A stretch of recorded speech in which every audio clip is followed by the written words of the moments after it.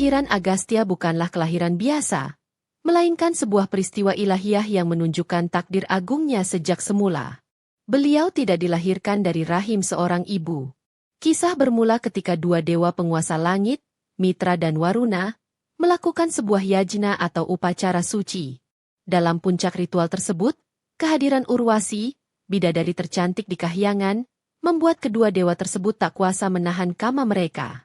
Air mani suci keduanya tumpah dan ditampung dalam sebuah kendi suci yang terbuat dari tanah liat, sebuah wadah yang disebut kumbha.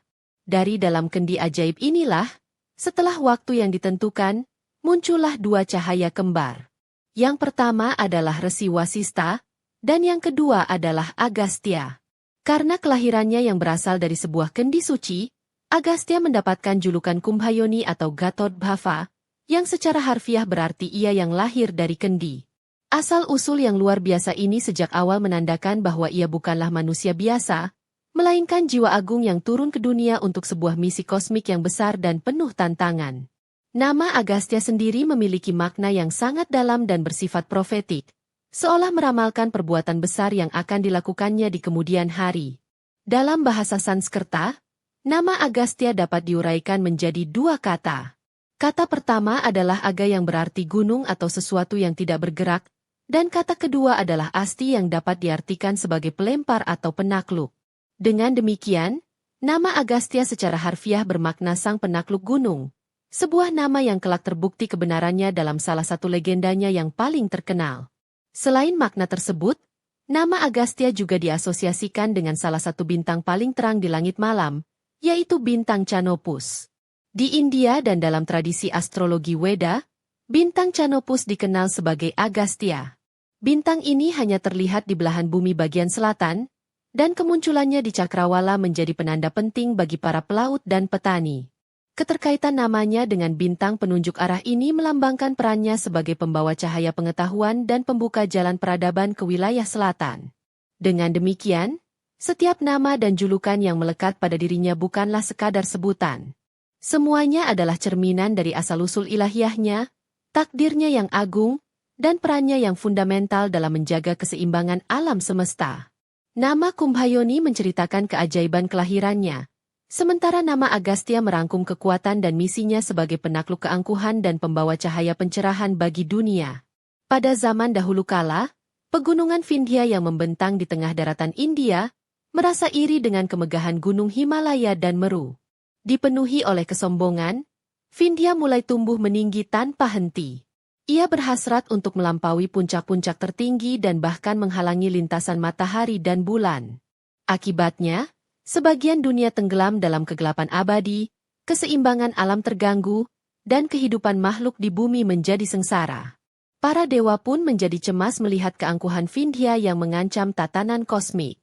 Para dewa mencoba berbagai cara untuk menghentikan pertumbuhan Vindhya, namun kekuatan mereka tidak cukup untuk menandingi keangkuhan gunung tersebut. Semua bujukan dan peringatan tidak diindahkannya. Dalam keputusasaan, mereka teringat pada satu-satunya pribadi yang dihormati dan disegani oleh Vindhya, yaitu gurunya sendiri, Resi Agastya. Mereka pun bergegas mendatangi sang resi, memohon bantuannya untuk menyelamatkan dunia dari bencana yang lebih besar. Mendengar permohonan para dewa dan memahami gawatnya situasi, Resi Agastya setuju untuk membantu. Bersama istrinya, Lopamudra, beliau memulai perjalanan menuju pegunungan Vindhya yang kini telah menjulang angkuh hingga menyentuh langit. Dari kejauhan, Vindhya melihat kedatangan gurunya yang sangat ia hormati.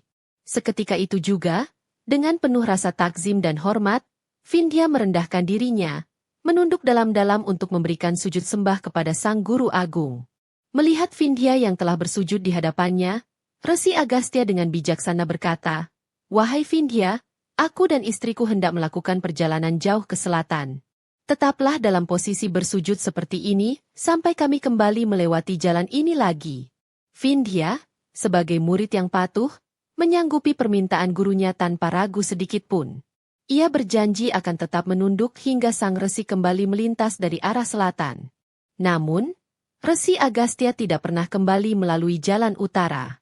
Beliau memutuskan untuk menetap di selatan, menyebarkan ajaran dan pengetahuannya di sana. Karena sumpahnya, Vindhya tidak pernah berani mengangkat puncaknya lagi dan tetap dalam posisi merendah hingga hari ini. Dengan cara yang cerdas dan tanpa kekerasan, Resi Agastya berhasil menaklukkan keangkuhan Vindhya, memulihkan jalur matahari dan bulan, serta menyelamatkan dunia. Kisah ini menjadi lambang kemenangan kebijaksanaan atas kesombongan. Di hutan Dandaka, hiduplah dua bersaudara Asura atau raksasa jahat yang bernama Ilwala dan Watapi. Keduanya terkenal sangat kejam dan memiliki cara licik untuk memangsa para resi dan petapa yang melintas di wilayah mereka. Ilwala memiliki kemampuan untuk menyamar menjadi orang biasa dan menguasai mantra untuk menghidupkan kembali yang telah mati. Sementara adiknya, Watapi, mampu mengubah wujudnya menjadi binatang apapun. Biasanya ia akan berubah menjadi seekor kambing. Muslihat mereka selalu sama. Ketika seorang resi atau petapa yang lapar datang, Ilwala akan menyamar sebagai seorang brahmana yang ramah dan menawari hidangan lezat. Hidangan utama yang disajikan adalah daging kambing, yang sebenarnya merupakan penjelmaan dari Watapi. Setelah tamu tersebut selesai makan dan perutnya kenyang, Ilwala akan berdiri dan memanggil nama adiknya dengan sebuah mantra. Watapi, keluarlah. Mendengar panggilan kakaknya, Watapi yang berada di dalam perut sang tamu akan merespons. Ia akan merobek perut korban dari dalam, membunuhnya dengan cara yang sangat mengerikan. Setelah korban tewas, kedua Asura bersaudara itu akan berpesta pora memakan jasadnya. Sudah tak terhitung jumlah resi dan orang suci yang menjadi korban kekejaman mereka, menebarkan teror di seluruh penjuru hutan dan membuat para petapa ketakutan. Suatu hari, Resi Agastya yang agung melintasi hutan tersebut. Ilwala, yang tidak mengetahui siapa tamu istimewanya kali ini, segera menjalankan siasat liciknya seperti biasa. Ia menyambut Resi Agastya dengan ramah dan menyajikan hidangan daging kambing jelmaan Watapi. Sang resi yang memiliki pandangan batin yang tajam, sebenarnya sudah mengetahui tipu muslihat tersebut. Namun, beliau tetap tenang dan menerima hidangan itu tanpa menunjukkan kecurigaan sedikitpun. Setelah selesai menyantap seluruh hidangan hingga tak bersisa, Resi Agastya mengusap perutnya dengan lembut sambil mengucapkan sebuah mantra sederhana. Watapi, cernalah. Sebelum Ilwala sempat memanggil adiknya, kekuatan tapa dan mantra Resi Agastya telah membuat Watapi sepenuhnya hancur dan tercerna di dalam perutnya. Ketika Ilwala berteriak, Watapi, keluarlah, tidak ada jawaban. Ia memanggil berulang kali dengan panik, namun Watapi tidak pernah muncul lagi. Menyadari bahwa muslihatnya telah gagal dan adiknya telah tiada, Ilwala menyerang Resi Agastya dengan marah. Namun dengan mudah ia dikalahkan dan dibinasakan oleh sang resi. Pada suatu masa, para dewa menghadapi ancaman besar dari sekelompok Asura yang sangat kuat bernama Kalakeya. Para Asura ini dipimpin oleh seorang raja bernama Wetra. Setelah Wetra berhasil dikalahkan oleh Dewa Indra, para Kalakeya melarikan diri dan menemukan tempat persembunyian yang paling aman, yaitu di dasar samudra raya yang luas dan dalam. Dari kedalaman samudra, mereka tidak bisa disentuh oleh para dewa. Setiap malam, ketika dunia terlelap, para Kalakeya akan keluar dari dasar lautan. Mereka naik ke daratan untuk menyebarkan teror, menghancurkan pertapaan, dan membunuh para resi yang sedang bermeditasi. Kekejaman mereka dilakukan di bawah selubung kegelapan malam, dan sebelum fajar menyingsing, mereka sudah kembali bersembunyi di dasar samudra. Para dewa merasa tak berdaya, karena mereka tidak dapat menemukan dan menyerang para Asura itu di dalam lautan yang tak bertepi. Putus asa, para dewa kembali mendatangi Resi Agastya, memohon pertolongan untuk mengatasi masalah pelik ini. Mereka menjelaskan bahwa satu-satunya cara untuk mengalahkan para Kalakeya adalah dengan menyingkirkan tempat persembunyian mereka. Ini berarti, samudra raya harus dikeringkan agar para Asura itu tidak lagi memiliki tempat untuk bersembunyi. Tugas ini terdengar mustahil bagi siapapun, bahkan bagi para dewa sekalipun. Resi Agastya, dengan kekuatan spiritual dan kesaktian yang tak terhingga, menyanggupi permintaan tersebut demi ketentraman dunia. Beliau berdiri di tepi pantai, memusatkan seluruh kekuatan batinnya yang dahsyat. Dengan satu tarikan napas, beliau mulai meminum seluruh air samudra. Lautan yang luas, dalam, dan tak terbatas itu perlahan-lahan surut. Airnya mengalir masuk ke dalam mulut sang resi seolah ditarik oleh kekuatan kosmik yang luar biasa. Dalam sekejap, Seluruh samudra menjadi kering kerontang, dasar lautnya terlihat jelas. Para asura Kalakea yang bersembunyi di dalamnya menjadi panik dan tak punya tempat berlindung. Para dewa pun dengan mudah menemukan dan membinasakan mereka semua hingga tak tersisa. Setelah para asura musnah, para dewa memohon agar Resi Agastya mengembalikan air lautan. Namun, sang resi menjawab bahwa air tersebut telah ia cerna. Para dewa kemudian memohon kepada Bhagawan Bhagiratha untuk menurunkan kembali sungai Gangga dari surga untuk mengisi samudra, sebuah tugas yang kemudian berhasil dilakukannya. Meskipun memiliki kekuatan ilahiyah, Resi Agastya menjalani kehidupan sebagai seorang petapa yang selibat untuk waktu yang sangat lama. Namun, suatu ketika beliau merasakan keinginan untuk memiliki keturunan agar dapat melanjutkan garis leluhurnya dan memenuhi kewajiban sebagai seorang manusia.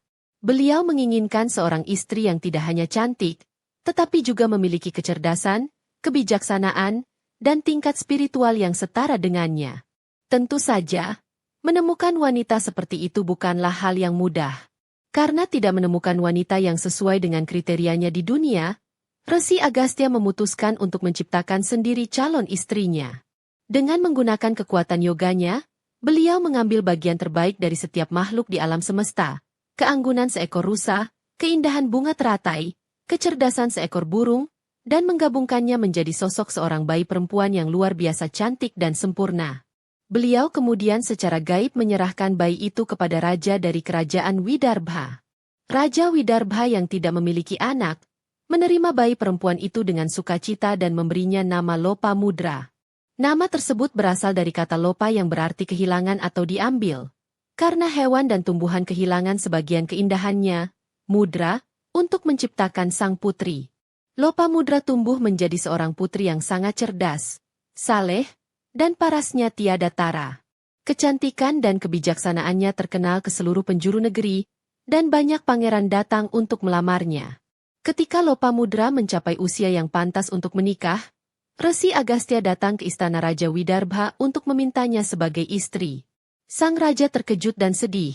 Ia tidak tega melihat putrinya yang terbiasa hidup dalam kemewahan istana harus menikah dengan seorang petapa miskin yang hanya mengenakan kulit kayu dan tinggal di gubuk sederhana. Namun, Lopamudra yang bijaksana melihat kesucian dan keagungan dalam diri sang resi. Ia menyatakan kesediaannya dan ridho untuk menjadi istri Agastya. Pernikahan pun dilangsungkan, dan Lopamudra dengan setia mengikuti suaminya ke pertapaan. Ia menanggalkan semua kemewahan istana dan hidup sederhana sebagai istri seorang resi. Ia melayani suaminya dengan penuh pengabdian dan cinta. Dari pernikahan mereka, lahir seorang putra yang cerdas bernama Drdrashu. Kisah cinta Agastya dan Lopamudra menjadi contoh ideal tentang keharmonisan rumah tangga, di mana pasangan saling mendukung dalam perjalanan spiritual dan dharma, membuktikan bahwa cinta sejati melampaui segala kemewahan duniawi. Pengaruh Resi Agastya tidak hanya terbatas pada kisah-kisah penaklukan dan kesaktian, tetapi juga meresap dalam kebudayaan dan peradaban, terutama di India bagian selatan. Beliau dihormati sebagai bapak dari bahasa dan sastra Tamil. Menurut tradisi, Resi Agastya adalah orang pertama yang menyusun kitab tata bahasa Tamil yang paling awal dan fundamental, sebuah karya agung yang dikenal dengan nama Agatiyam atau Akatiyam. Kitab Agatiyam ini dianggap sebagai sumber dari segala ilmu tata bahasa dan sastra Tamil kuno. Meskipun naskah aslinya diyakini telah hilang di telan zaman, pengaruh dan referensinya terus hidup dalam karya-karya sastra Tamil berikutnya, terutama dalam Tolkappiyam, kitab tata bahasa Tamil tertua yang masih ada hingga sekarang. Tolkappiyar, penulis Tolkappiyam, disebut-sebut sebagai salah satu dari 12 murid utama Resi Agastya.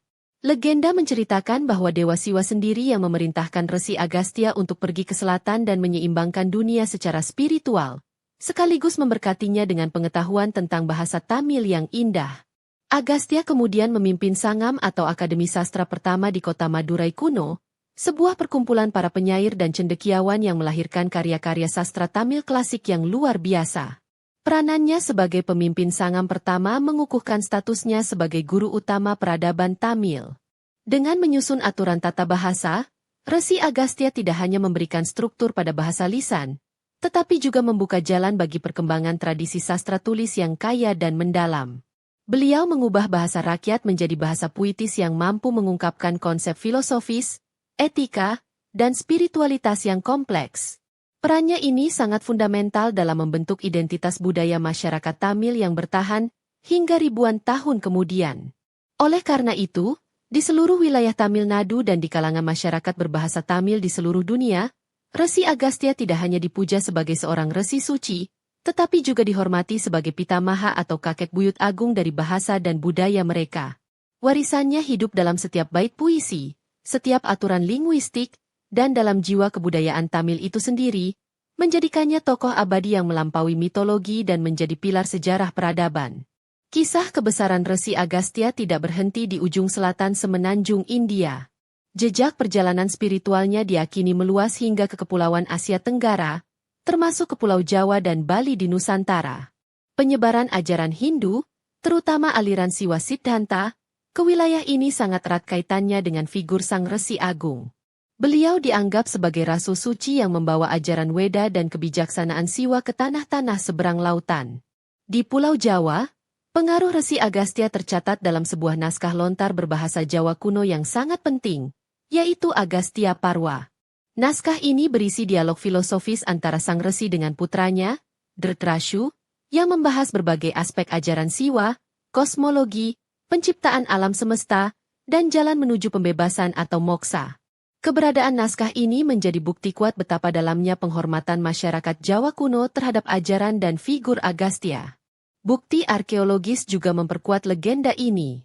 Arca Agastya, yang sering disebut sebagai Siwa Mahaguru, banyak ditemukan di candi-candi Hindu di Jawa, seperti di kompleks Candi Prambanan.